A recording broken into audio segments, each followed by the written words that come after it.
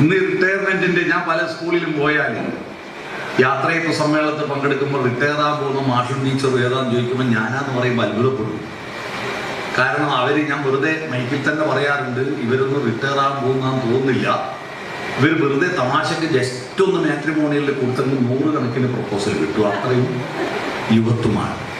നമ്മുടെ ജീവിതത്തിന്റെ യുവത്വം ഇപ്പോൾ 60 വയസ്സ് വരെയാക്കി. അറിയില്ലേ? 60 വയസ്സ് വരെ യുവാവാണ്.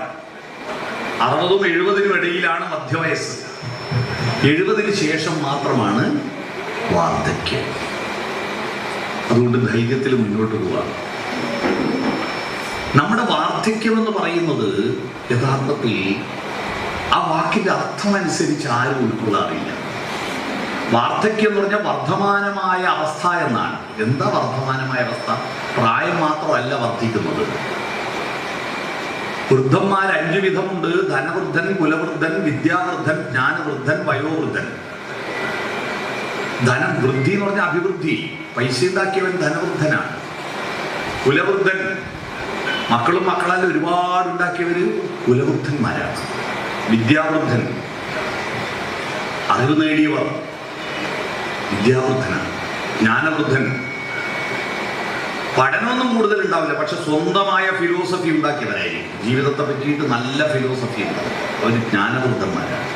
5ാമത്തെ വൃദ്ധനാണ് വയോവൃദ്ധൻ. അപ്പോൾ വാർദ്ധക്യം എന്ന് പറയുന്നത് ഒരു നെഗറ്റീവ് ആയ ഒരു കാര്യമല്ല. നമ്മുടെ ജീവിതത്തിൽ ഉജ്ജ്വല മുഹൂർത്തം എന്താണ്?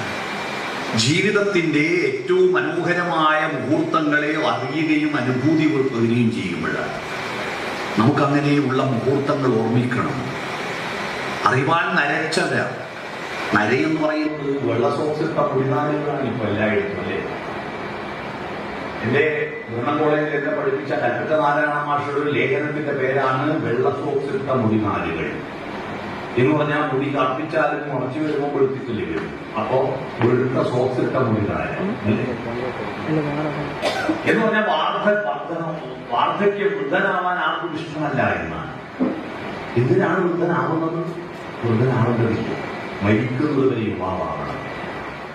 മരിക്കുന്നത് വരെ എനർജറ്റിക് ആവണം. മനുഷ്യ ജീവിതം എന്തിനാണ്? ഒരു പുഴ എന്തിനാ ഒഴുകുന്നത്? കടലിൽ ചേരാനാണ് എന്ന മുൻധാരണകൾ നമുക്ക് തിരുത്തണം. പുഴയൊഴുകുന്നത് കടലിൽ ചേരാനല്ല. കടലിൽ ചേരും, അതുറപ്പാണ്. പക്ഷെ കടലിൽ ചേരുന്നത് വരെയുള്ള പുഴയുടെ ഒഴുക്കാണ് പുഴ.